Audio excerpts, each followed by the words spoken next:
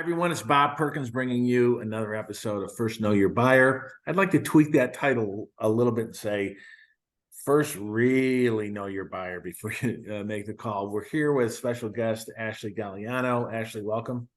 Hey, thanks for having me, Bob. Great to have you. We worked together for many years when I was with AISP, now in Blaze, and you're still there. And we're going to do two episodes. This is week one, and we'll come back week two.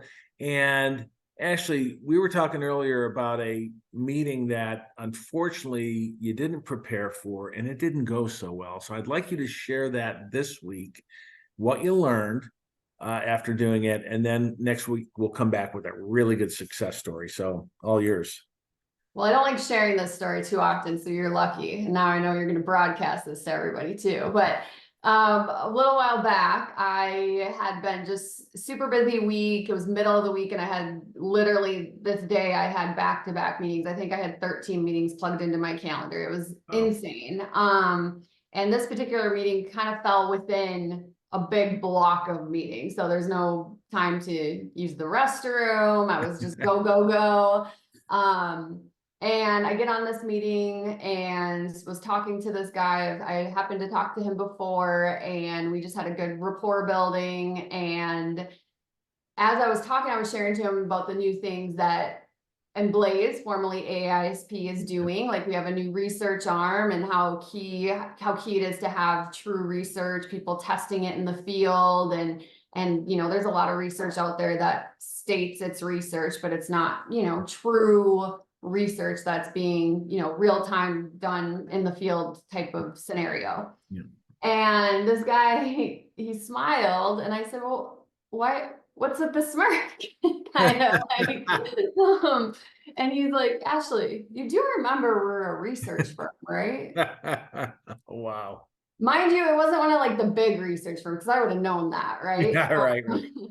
But I was like, okay, I probably look like a deer in the headlights. I was like, okay, I'm gonna fess up. I've literally been back to back today. I totally forgot what your company did, but I know you, and this is totally my bad. Like, I clearly was not prepared. And he laughed. He's like, oh my gosh, it happens. It happens to the best of us. And I can't expect you to remember every single company you interact with. I said, yes, but I should have. And then that's on me. So we had a good chuckle, and I will tell you, that will never happen again. That like scarred me for life. And now I either get up extra early if I have a back-to-back day and write down what every company does and who I'm speaking to, or do it the night before. At the end of the day, like, that is my next, before I leave the office, look at all my meetings and I know who I'm going to be talking to and what the company does.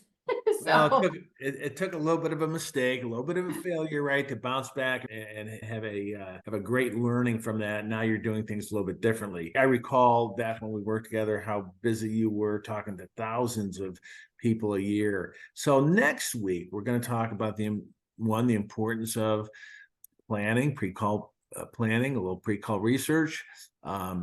And you're going to tell us how you do that, what you do. And you have a great success story. I know it was with multiple people on a Zoom call, but we're just going to tease you a little bit with that. Everybody, come on back next week. Ashley will be here sharing a great success story and some words of wisdom about how to best plan prior to a meeting. So, Ashley, thanks so much. And we'll see you next week. Thank you. Bye-bye.